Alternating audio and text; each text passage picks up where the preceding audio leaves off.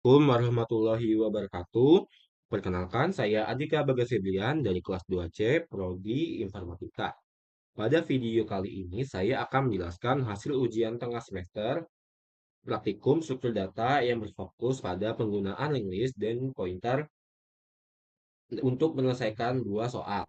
Penjelasan akan saya bagi menjadi dua bagian utama, yaitu soal pertama dan juga soal kedua, lalu diakhiri dengan kesimpulan. Terdapat beberapa konsep utama yang digunakan, yaitu ada pointer, link list, juga pointer aritmetik.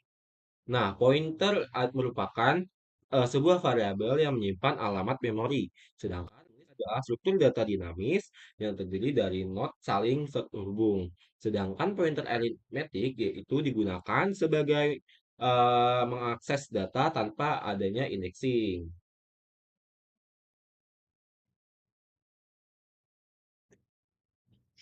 Nah, lanjut ke soal pertama. Di sini diminta untuk mengonversi bilangan biner ke desimal menggunakan single link list. Nah, not pertama dianggap sebagai signifikan bit atau LSB, yaitu bernilai 2 pangkat 0. Kemudian di sini saya akan memberikan konsep dan juga contohnya. Jika datanya adalah 1, 0, dan 1, maka perhitungannya adalah 1 dikali 2 pangkat 0 sama dengan 1, ditambah 0 dikali 2 pangkat 1 sama dengan 0, ditambah 1 kali 2 pangkat 2 adalah 4. Totalnya menjadi 5. Untuk proses programnya, yang pertama itu adalah input data ke ngelis, kedua traversal dari head, lalu yang terakhir adalah hitung nilai desimalnya. Implementasi kode program pertama. Yang di sini saya menggunakan input iStream untuk nanti input dan outputnya. Kemudian ada input CMAT untuk perhitungan rumus yang nanti akan digunakan di fungsi. Kemudian tidak lupa menggunakan using yang space SDU. Di sini saya menggunakan strip remote yang berfungsi untuk membentuk notulen disk di mana di disk ini berisi integer data yang berfungsi untuk menyimpan bit nilai 0 atau 1, kemudian juga pointer next untuk pointer ke not berikutnya. Di sini saya membuat dua fungsi. Yang fungsi pertama adalah fungsi tambah. Di fungsi tambah ini saya fungsi tambah ini untuk membuat chord baru. Kemudian yang ketiga juga akan user untuk mengisi data dengan menginput. Nah, sini adalah next sama dengan null yang artinya nantinya ini akan menjadi not terakhir. Ya, tidak lupa kalau misalkan di sini ada demo, nah itu berarti kalau listnya kosong itu not pertama itu akan menjadi bitnya. Nah, nah, kemudian pada bagian eh, traversal itu saya menggunakan temp sama dengan head untuk menghitung traversal, kemudian akan di loop sampai not terakhir, nah sehingga not baru ditaruh di akhir. Nah, fungsi berikutnya adalah fungsi konversi. Di sini saya menggunakan misalnya yaitu posisi di sini ada posisi yang nanti itu akan menjadi pangkat 2 dengan totalnya hasil akhir dan juga transversal. Nah, jadi nanti itu dari fungsi converter itu misal kita mengambil debit nanti akan dikalikan dengan dua kali posisi. Nah, lalu ditambahkan ke total sehingga bisa geser ke not berikutnya. Terakhir adalah main programnya ini untuk menginisialisasi untuk list kosongnya di situ. Nah, di sini saya juga menggunakan looking for untuk agar apa namanya input bit satu persatu yang kemudian akan disimpan ke list. Nah, kemudian di sini saya juga menggunakan si konversi head yang dimana ini nantinya difungsi untuk mengambil apa tadi yang tadi kita kerjakan fungsi konversi untuk mengambilkan hasilnya. Nah, bisa kita mulai program. Nah, nantinya itu akan muncul masukkan jumlah bit, misal kita masukkan jumlahnya 3. Nah, kemudian masukkan bit pertama kita misalkan adalah 1, bit kedua 0, bit ke tiga adalah 1, maka hasil 5. Nah, ini sesuai dengan apa yang telah kita jelaskan tadi pada PPT slide sebelumnya.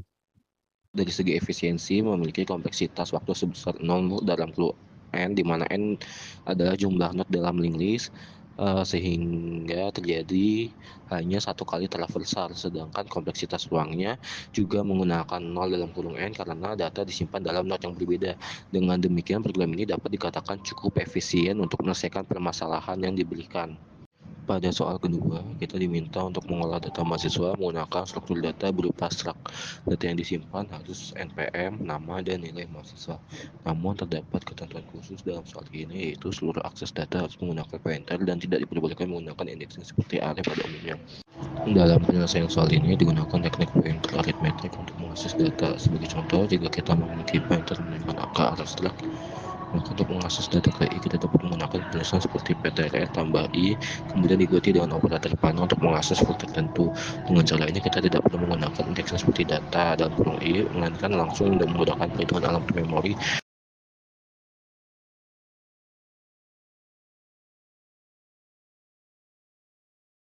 Selanjutnya dilakukan perhitungan rata-rata nilai mahasiswa dengan nilai dijumlahkan kemudian dibagi jumlah data. Berikutnya untuk implementasi pada soal nomor 2, di sini saya menggunakan include IOStream untuk input dan outputnya dengan tidak lupa menggunakan using namespace std untuk menjalankan programnya. Nah, awal langkah pertama yang saya kerjakan adalah menggunakan struct untuk menyimpan data mahasiswa. Di sini saya menggunakan struct mahasiswa dengan string npm, string nama, dan juga itu nilai. Kemudian untuk program mainnya saya menggunakan data array untuk menyimpan data mahasiswa berjumlah 10 dan juga menggunakan pointer mahasiswa sebagai penunjuk ke alamat awal array dan atau penunjuk ke elemen pertama. Nah, selanjutnya di sini saya melakukan input atau perintah input kepada user untuk nantinya menggunakan looping juga, dimana dengan menggunakan pointer ditambah I sebagai penyimpanan alamat data ke I, yang dimana ini ada ptrl plus I npm, ptrl plus I nama, ptrl plus I panah nilai. Nah, dimana tadi ptrl plus I itu untuk menyimpan alamat data ke I. Nah, kemudian tanda panah itu sebagai akses menuju isi struct-nya, dan juga sesuai dengan perintah pada soal tidak menggunakan data dalam kurung I atau tidak menggunakan array datanya. Nah, setelah kita tadi melakukan perintah input, di sini saya melakukan perintah output untuk menampilkan data menggunakan pointer yang telah kita tadi kerjakan dengan menggunakan for looping juga. Nah, setelah tadi kita menampilkan data menggunakan pointer, nah di sini kita melakukan perhitungan totalnya dengan menjumlahkan nilai mahasiswa dengan rumusnya itu adalah total plus sama dengan dalam kurung ptrl plus I panah nilai. Nah, setelah kita menghitung totalnya, kita menghitung rata-ratanya dengan rumus float rata sama dengan dalam kurung float total dibagi n. Nah, kenapa di sini menggunakan float? Agar nanti hasilnya itu bisa menghasilkan nilai desimal. Lanjut kita run kode programnya. Nah, di sini kita misalkan masukkan jumlah mahasiswanya, misal adalah 3. Kemudian di sini akan muncul perintah untuk mengisi data mahasiswa pertama, yaitu dengan NPM kita masukkan bebas, kemudian misal nama di sini ada Dika dan nilainya itu kita misalkan 80. Kemudian berikutnya ada perintah untuk mengisi mahasiswa kedua dengan NPM sesuai NPM-nya, kemudian dengan namanya itu misal Bagas dengan nilai 90, dan muncul lagi untuk mengisi mahasiswa ketiga dengan NPM-nya, kemudian tidak lupa dengan mengisi namanya, dan yang terakhir adalah mengisi nilainya. Nah, setelah itu akan muncul outputnya atau tampilan hasilnya itu, yaitu tadi data mahasiswanya itu akan muncul semua, data mahasiswa pertama, kedua, dan ketiga dengan nilai-nilainya. Nah,